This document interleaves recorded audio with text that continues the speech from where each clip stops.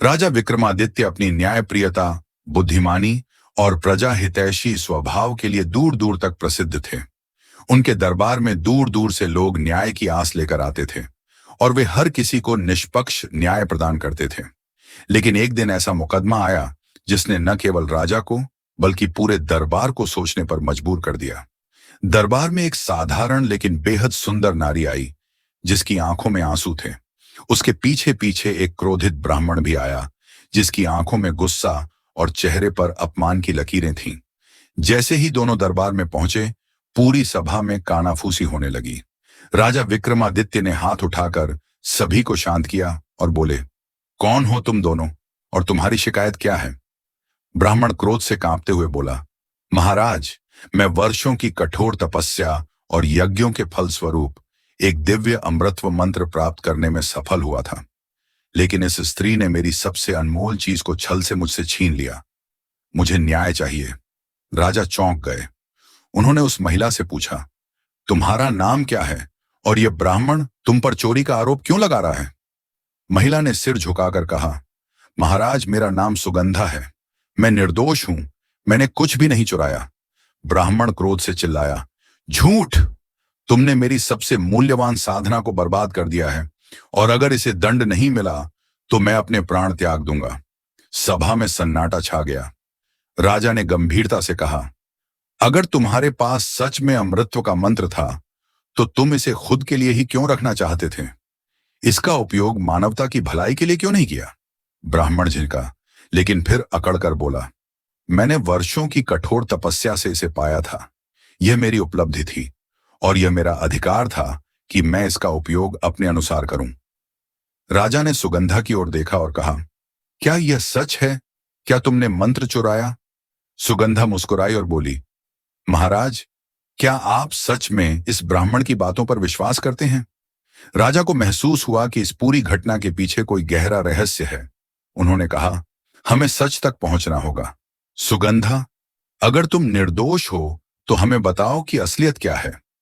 सुगंधा ने गहरी सांस ली और कहा, महाराज, यह ब्राह्मण बहुत बड़ा तपस्वी था। इसने वर्षों तक कठिन तपस्या की, लेकिन इसके मन में लोभ और अहंकार घर कर गया। यह चाहता था कि केवल वही अमर हो जाए और बाकी दुनिया इसकी दासी बनकर इसके चरणों में झुके। जब इसने मंत्र सिद्ध किया तो इसे लगा कि यह अब भगवान के समान हो गया है। मैं एक साधारण स्त्री थी, लेकिन मैं जानती थी कि शक्ति केवल उसी के पास होनी चाहिए जो इसका सदुपयोग कर सके। अगर यह मंत्र किसी गलत हाथों में चला जाता तो सारा संसार संकट में पड़ सकता था। इसलिए मैंने इसका अंत कर दिया। ब्राह्मण गुस्से में चिल्लाया, झूठ! तुमने मेरा मंत्र नष्ट कर दिया। सुगंधा ने शांत स्वर में कहा, हाँ, क्योंकि अगर कोई अकेला अमर हो सकता है तो वह जीवन का संतुलन बिगाड़ देगा। एक अमर व्यक्ति अगर दुष्ट बन जाए तो पूरी मानवता खतरे में पड़ सकती है। मैंने इसे जलाकर नष्ट कर दिया। राजा विक्रमादित्य कुछ देर तक सोचते रहे, फिर बोले, सुगंधा ने स्वार्थ से नहीं बल्कि पूरे समाज के हित में यह निर्णय लिया। कोई भी व्यक्ति जो केवल अपने लिए अमृतत्व चाहता है वह लोभी है। ब्राह्मण, तुम्हारा उद्देश्य केवल अपनी शक्ति बढ़ाने का था, न कि मानवता की भलाई का। न्याय के अनुसार कोई अपराध नहीं हुआ, लेकिन ब्राह्मण अपनी जिद पर अड़ा था। उसने कहा, महाराज, अगर आपने इसका पक्ष लिया तो मैं स्वयं को अग्नि में भस्म कर लूंगा।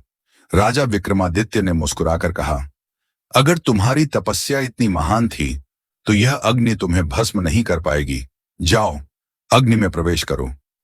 ब्राह्मण स्तब्ध रह गया। उसके चेहरे पर पसीना आ गया। वह जानता था कि उसकी शक्ति केवल मंत्र तक सीमित थी, न कि उसके वास्तविक आत्मबल में।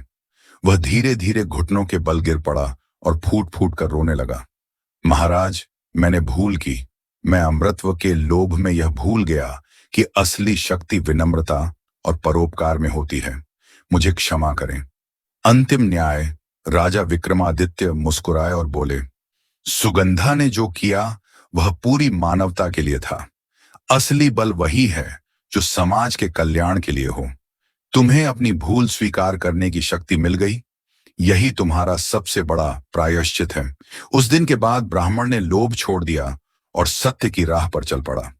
सुगंधा को राजा विक्रमादित्य ने अपनी राजसभा में सम्मानित किया और कहा, सच्ची शक्ति वही है जो अपने लाभ से अधिक दूसरों की भलाई के लिए प्रयोग की जाए।